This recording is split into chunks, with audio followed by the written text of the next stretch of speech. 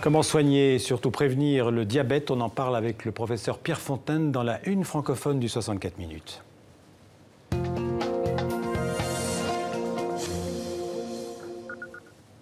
Bonjour professeur Fontaine. Bonjour. Merci d'être là. Vous êtes chef du service de diabétologie du Centre hospitalier régional universitaire de Lille et président de la Société francophone du diabète. Alors d'abord un mot sur cette Société francophone du diabète. Qui fait partie de cette société ? Alors bien sûr, l'ensemble des diabétologues français, mais aussi les chercheurs qui travaillent dans le domaine du diabète, mais aussi toute la francophonie européenne, et puis bien sûr nos amis d'Afrique, l'Afrique subsaharienne et le Maghreb. Alors le diabète, en France en tout cas, j'ai vu quelques chiffres, c'est plus de 3 300 000 personnes sous traitement et sans doute beaucoup d'autres qui s'ignorent, 400 nouveaux cas tous les jours. On peut dire que c'est la maladie des pays riches et d'une mauvaise alimentation trop sucrée? Oui, probablement, en tout cas pour le principal type de diabète, qui est le diabète de type 2. Oui, parce qu'il y a deux types, hein. Il y a le type 1 et le type 2. Alors expliquez-nous en quelques mots. Le type 2, puisqu'on a commencé par celui-là, c'est le plus fréquent. Il y a pas loin de 3,5 millions de personnes en France.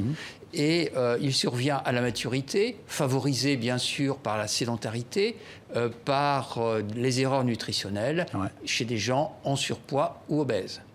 Et puis, il y a des prédispositions génétiques ou familiales à ce type de diabète? Il y a des prédispositions génétiques. Il y a d'ailleurs à Lille un groupe de chercheurs qui travaillent sur la prédisposition génétique du diabète de type 1. Alors il n'y a pas un gène du diabète.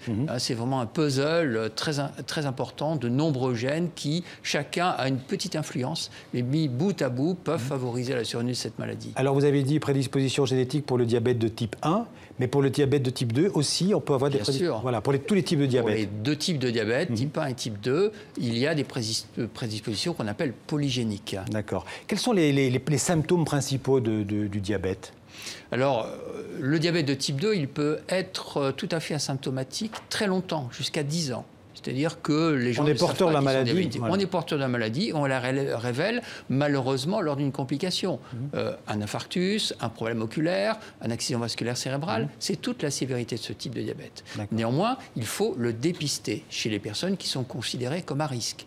On a un diabétique dans la famille, on est en surpoids, on est hypertendu, on a un problème de cholestérol. Eh bien là, il faut dépister le diabète de type 2. Alors, vous insistez aussi sur l'autosurveillance glycémique, c'est-à-dire que les diabétiques apprennent, et c'est souvent une habitude chez eux, à s'autosurveiller. Bien sûr, ils surveillent leur glycémie capillaire. Dans le diabète de type 1, qui, je vous le rappelle, est traité par l'insuline pour adapter leur traitement insulinique, et dans le diabète de type 2, pour titrer les médicaments. Mais on sait maintenant qu'un grand nombre de diabétiques de type 2 sont aussi traités par l'insuline. Et ils ont besoin de cette surveillance pour adapter leur traitement. Alors, on peut évidemment aussi essayer d'adapter, changer son mode de vie, son alimentation, mais il y a aussi, et là vous insistez là-dessus, c'est le rôle des pharmaciens qui commencent à participer à on pourrait dire, à une démarche éducative des diabétiques. Absolument. Vous savez qu'il y a 22 000 officines en France. C'est bien réparti sur le territoire. Et chez les patients qui ont une maladie chronique, le professionnel de santé que voit le plus fréquemment ces patients, c'est le pharmacien. Il le voit une fois par mois. Donc il y a là un intervenant important pour accompagner le patient. Ils sont formés à ça, les pharmaciens? Alors, jusqu'à maintenant, ils étaient formés au comptoir sur l'utilisation des médicaments. Et l'objectif, c'est leur donner un rôle d'éducation thérapeutique, notamment pour l'autosurveillance glycémique capillaire. Alors, on a, dans la région lilloise, proposé une formation à ce qu'on appelle l'attitude éducative, c'est-à-dire savoir écouter les gens sur leurs problèmes vis-à-vis de cette pratique de l'autosurveillance, savoir les accompagner, savoir identifier quelles sont leurs difficultés et apporter les conseils adéquats. Ça fera pas un peu de concurrence aux généralistes ? Non, les généralistes font aussi le travail d'éducation. Je pense que dans ce qu'on appelle la filière de soins, la médecine de parcours, l'ensemble des intervenants doivent aller dans ce sens d'éducation. Les messages se complètent et permettent aux patients ainsi de mieux adhérer au projet thérapeutique. Professeur, un mot encore sur une greffe d'insuline, on peut appeler ça comme ça, qui a été réalisée récemment au CHRU de Lille. Alors, nous faisons bien sûr ce qu'on appelle des greffes d'îlots Langerhans. Les îlots de Langerhans, ce sont les cellules qui fabriquent l'insuline dans le pancréas. On est capable maintenant, à partir de pancréas de donneurs, qui sont des personnes qui vont donner des organes parce qu'ils sont en réalité décédés récemment, eh bien, on est capable d'isoler les îlots et de les injecter.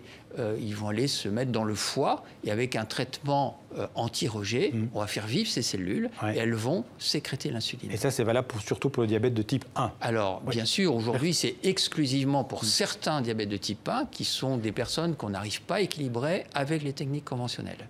Excusez-moi, mais le temps qui nous est imparti est terminé. Donc, merci beaucoup, professeur Fontaine, d'être venu nous parler du diabète et de la prévention dans le 64 minutes.